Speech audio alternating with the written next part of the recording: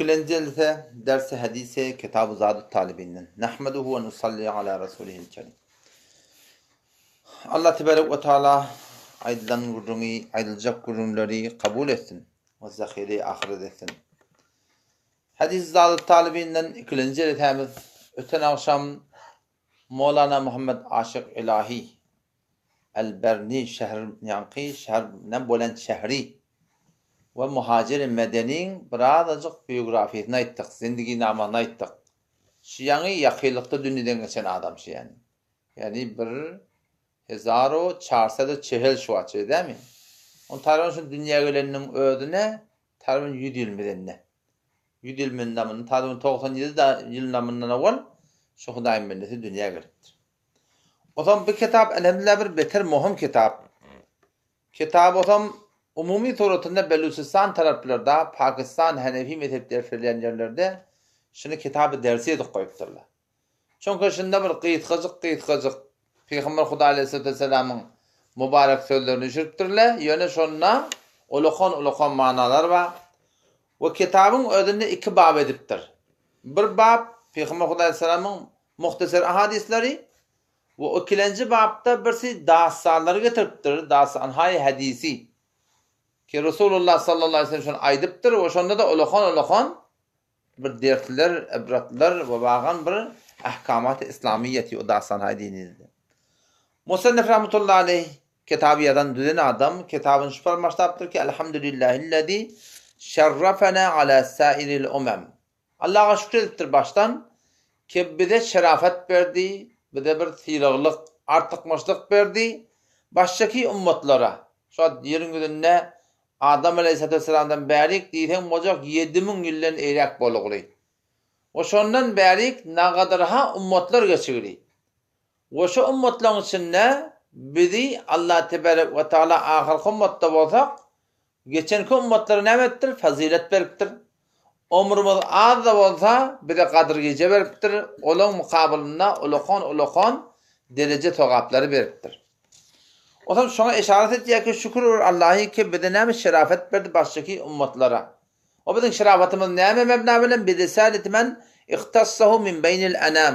Resulullah sallallahu aleyhi ve sellemi tamamı bendelerin içinden intikab etmekle bilen biz de şun üstübüle ne tabağlı? Fazilet tabağlı. O zaman ol ne yaparım Resulullah sallallahu aleyhi ve sellemi ki ol bir cevami'al kelim bir qıytqacık bir manadar kepleri aydıptır Resulullah sallallahu aleyhi ve sellem. Ve cevahirel hikem bir hevori hikmetli, bir kıymetli, bahalı sözleri aydıptır. Peygamber Aleyhisselam'ın derecesi belirli bolýanlygy derekli, ümmetinin da şonun makami belirtdiğine etjek bolýar. Sallallahu taala aleyhi ve alihi ve sahbihi ve baraka ve sellem.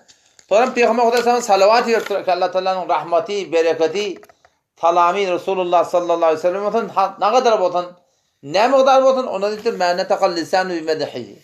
Ne kadar Peygamber evulsa şol miqdar Resulullah sallallahu aleyhi ve selleme salavat bolsun, bereket bolsun ve selam bolsun. Ve nesaqal qalam ne kadar qalamlar yediye ta kıyamet çellim şol qalamlar yada şol miqdarda Peygamber Aleyhisselam'a salavat bolsun, Allah Teala'dan rahmet bolsun, bereket bolsun ve selam bolsun. Sonra kitabı girişe ama ba'du fe hada kitabun vecizun diye. Kitap düzen adam ne bilýär şimeň diye yadan kitabın bir muhtasar kitapçy diye. Näde kimsen görýän şu ýogym bolugly. Bula yani bir şerh bolarlyk derekli. Ýogam diýsem mojak başyn ýazjak kitap. Gayet gazyk şyn ýazjak kitap.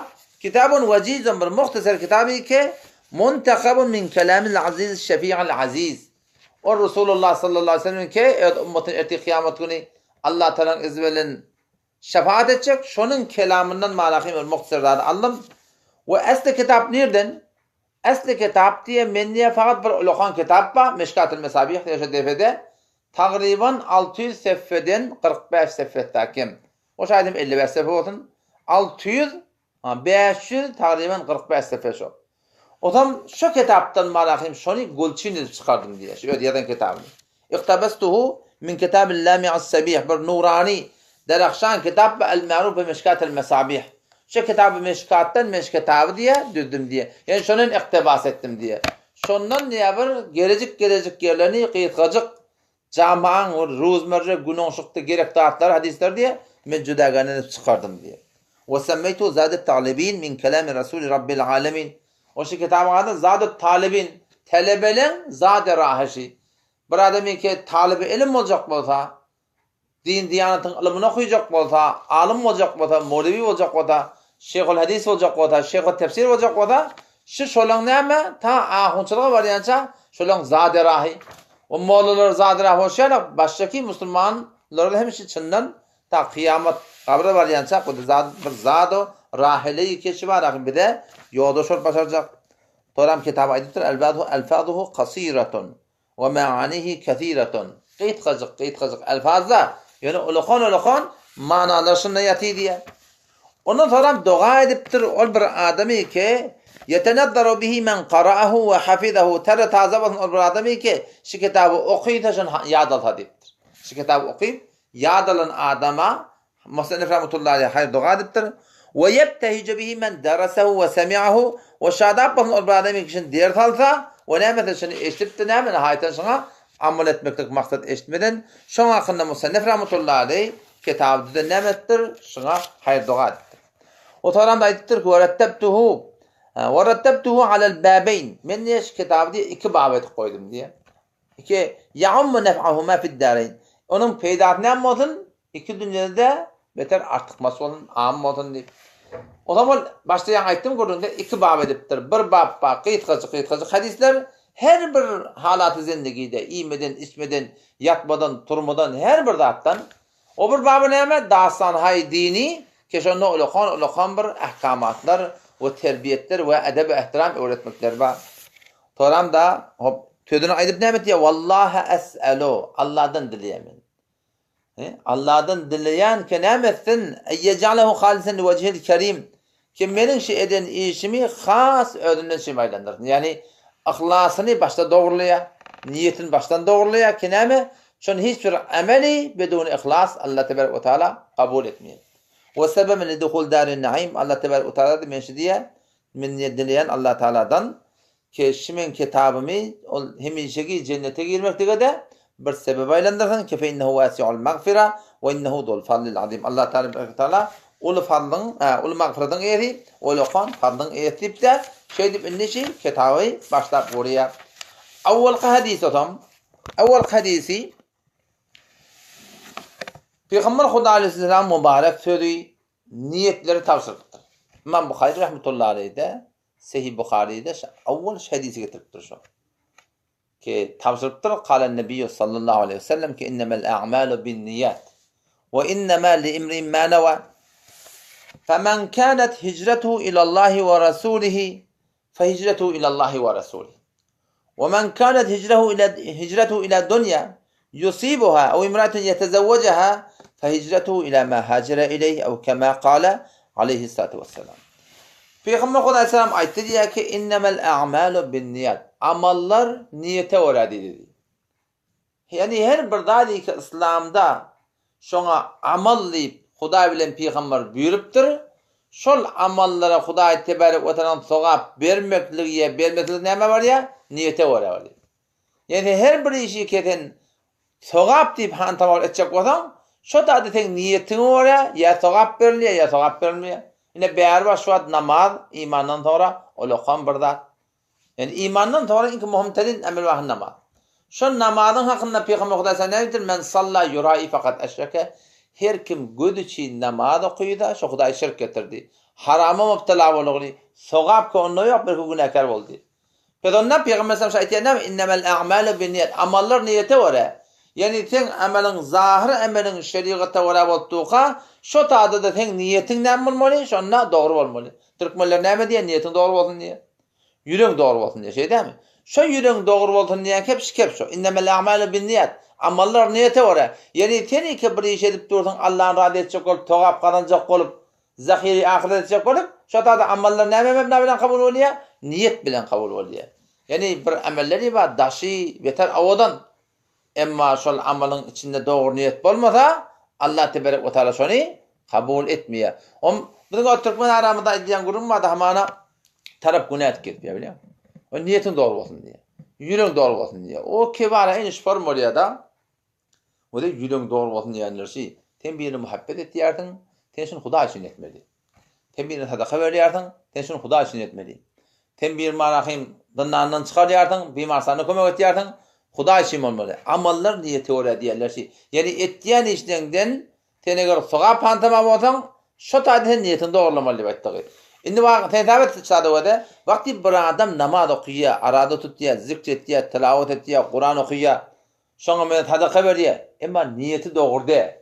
Şoňa sowap ýok bolsa, vay bahal, ol bir adamyň halyna ki günah edipdi, ýüregiň dogry bolsun diýär. Şunda bilemet ýa-da.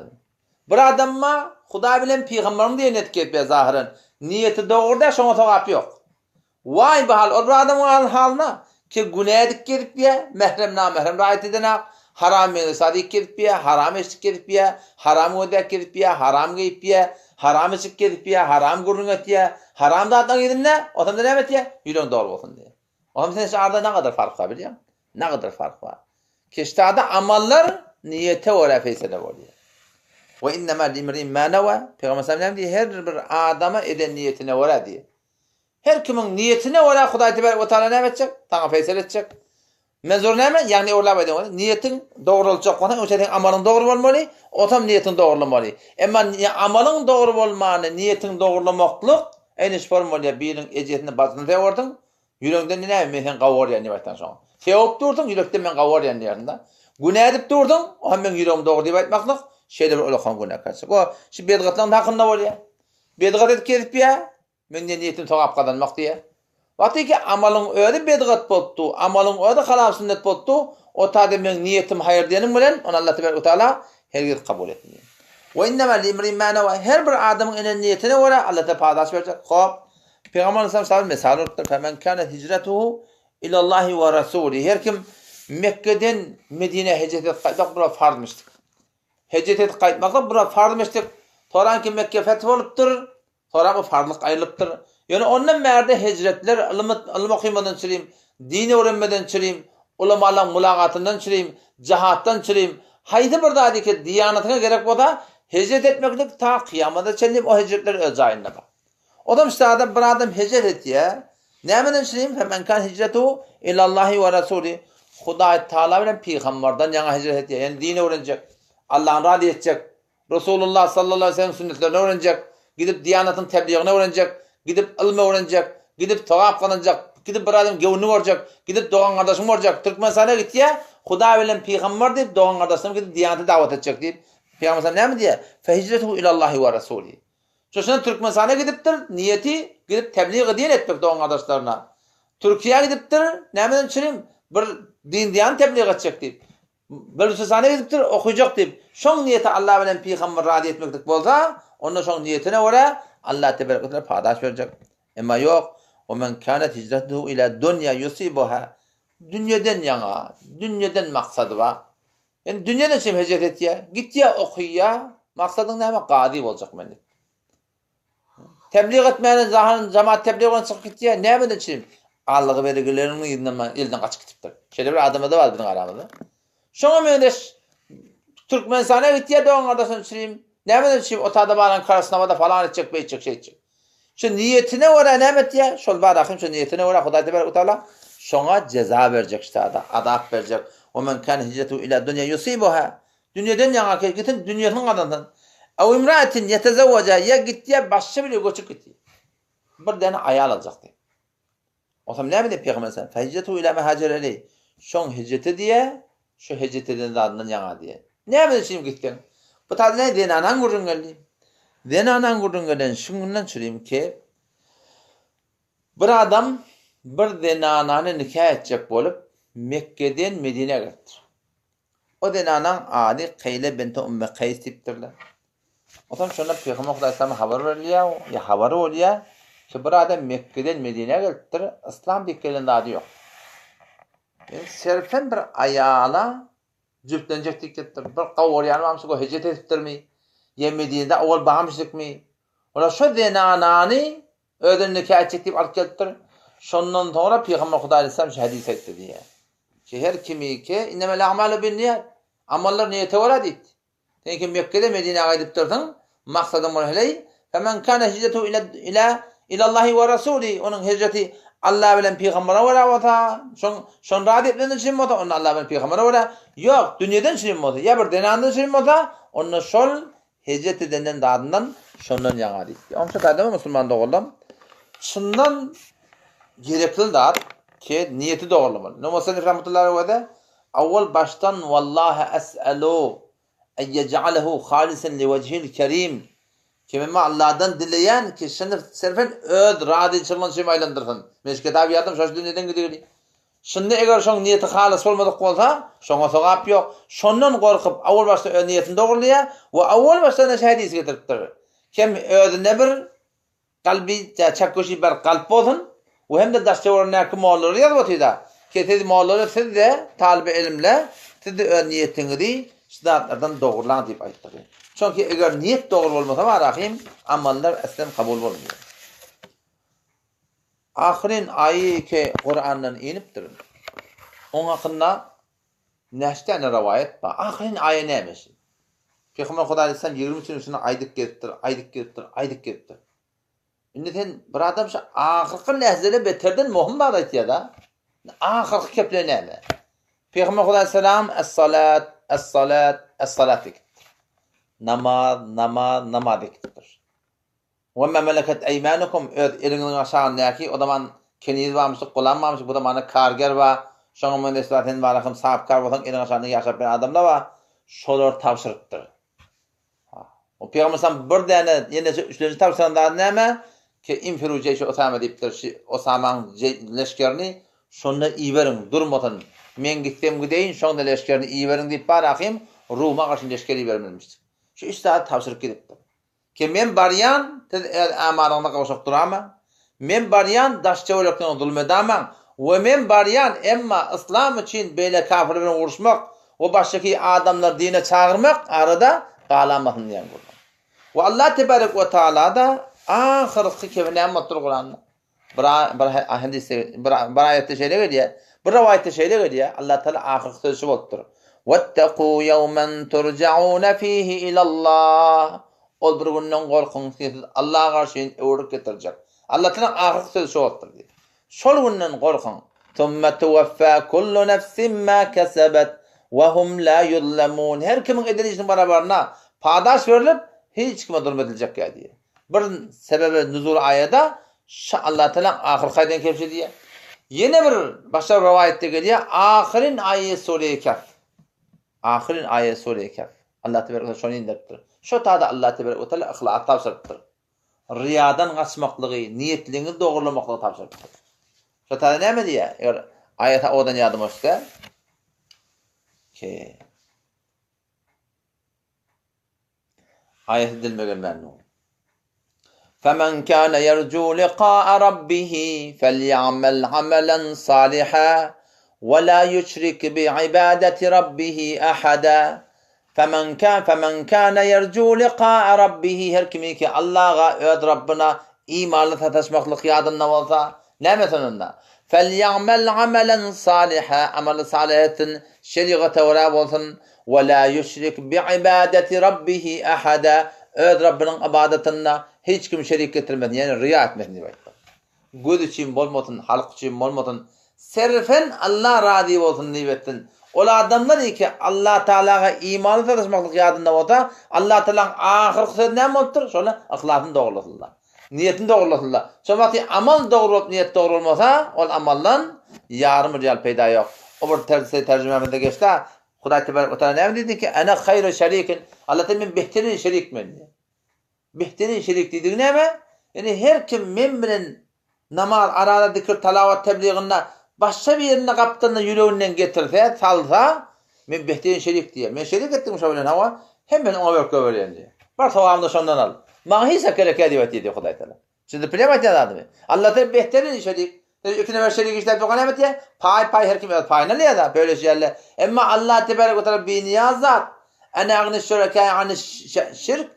Allah demen bi niyaz senin bi niyazat şerikten diye. Men şerikase ihtiyacım yok diye. Eğer siz amalınızda, namazınızda, aradanızda, tebliğinizde, zikr telavatınızda, haydi buradadınızda amalınız doğru olup emma niyetiniz haraplasanız meni Allah'ın razı etmenin kaptanına ene ata doğan dahi halk il getirseniz Allah Teala mi diye enne hayru şerikun. Men hemen şoňa berýän diye. O şoňa havalet ýapar, sen şonu işim etdiň. Git şo bilen bulaga. Maňa hiç gerek edip etdiň Hudaý. O zaman Hudaý Teala togap berjek diye. Ondan şu taýdan inşallah taala şonu himmet etmeli ki awal baştan amallamady şeriata arz etmeli, şeriata waramy, ha şeriata wara. O şu taýdan niýetini habardar bolmaly, ulamalar tawsýatdylar. Bir amal etjek bolsa baştan niýetini dogurlamaly. Ortada yeni niyetini doğrulamalı, ahirde de yeni niyetini doğrulamalı. O arada vesvese bolýarsyň falan bolýarsyň, olan adama berjek deri yok. Teşe yürek duýgyň aňyrda duwendadyň näme? Allah razı bolsun. Ama sen olara ruku etýäňde, olara tecet ýardyň, Kur'an okuýardyň, içinde gödepdullah falan ha, beýdiýany diýse men işim ýokdy. Men Hudaý için etdim. Halkma işim ýok diýip de bar, da ýürek duýgyny kulak asyp da gidibermeli. Belki ulamalar şuna aýdypdyr. Barýan mesjide teýilmesinde okuyjak bolýan. Borçetde Kur'an okuyjak bolýardyň. Nefil okuyjak bolýardyň. Eliň adyp dogaçak bolýardyň. Bir haýr iş etjek bolýardyň. Adamy da gödäpdi. Riýa bolamazyn diýip şu amaly goýsaň şu öýde riýa diýe. Demek niyetinden habarma adam. Sen niyetinden habarma. Näme riýa bolamazyn, näme sen öýde ýüregden habaryň ýokmy sen? Sen niýetiň Hudaý üçin eliň adyp riýa bolamazyn diýip amallan gaçmakdan öýde riýa. Şu göz için sen marahym ibadatdan asyp durdunda. Sen kim için etjek? Hudaý için etjek. Hudaý için etjek işin halkyň için kenara goýup durdun. O bi gaty ýalňyş. Sen niýetiň halis bolan sonra halk öwse halkyň işim ýok diýmeli. Peygamber sallallahu aleyhi ve sellem taratdylar. Ki ya Resulullah, ara'ayta ar-rajula ya'mal al-amala min al-khayr ve yahmadu an-nas. Ya Resulullah, bir de bir habar bersen fetva ya Resulullah Hudaý diýipdirler. Näme boldy meger? Onda bir gawy şet ýetipdir. Edemde de selfen Allah razı bolsun diýip adamı soramın öwýe diýipdir. Muňa kına näme diýen ýa Resulullah? Tilka acil boşral mu'min. Bi imanly adamyň bu dünýede o dünýede uçap boşlugy diýe. Ýa-da Hudaý için etip berýän halkdan öwýe. Şuparum diye, sizlere diye, bunda bir irat yok. Ebu Hureyre radıyallahu anh soraptır ya Resulullah, men öyde dönüptür. Allahu Ekber deyip nefil namaz okuyuptun. Adamla gelip görüye meni, ki men namaz okuyuptun. O men şöyle gönlüm hoş oluyor deyiptir. Peygamber Hudaý salam, şun iradı yok diyen gurun ayıp. Sen işini Hudaý için deyip edende, seni bir qawyaq deyleri görülen, sen hoş oluyorsun da. Bu bir iratlılar da, bu insan tebiatında bağdat da. Emma sen başta niyetin halk bolsa, şo taatı näme etjek adamy hatarok gojak belden näme sen gawhalatda ortaly adam hoş boljak näme. Dese bir günahkarçylykda ortaly bir nagadar utanýarsyň sen şeýdem. Şo borum gawlykda da bir ortaly bir begeniyet. Gawda sen ama namaz okyp turgan bir gelýär. O sen bana ajap falan namaz okyp turha. Hoş bolýarsyň. Irady ýok sen ol başda niýetin Hudaý diýip başlapdyrdyň. Üstünden de bir gawa adam gelipdi bir ya her bir adam bolsa sen eweni bilen onun malahyň gönlüň hoş bolan bilen o daqladan riya bolmaýar. Allah tebaraka ve teala tawfik versin. Vesselamu aleyküm ve rahmetullah.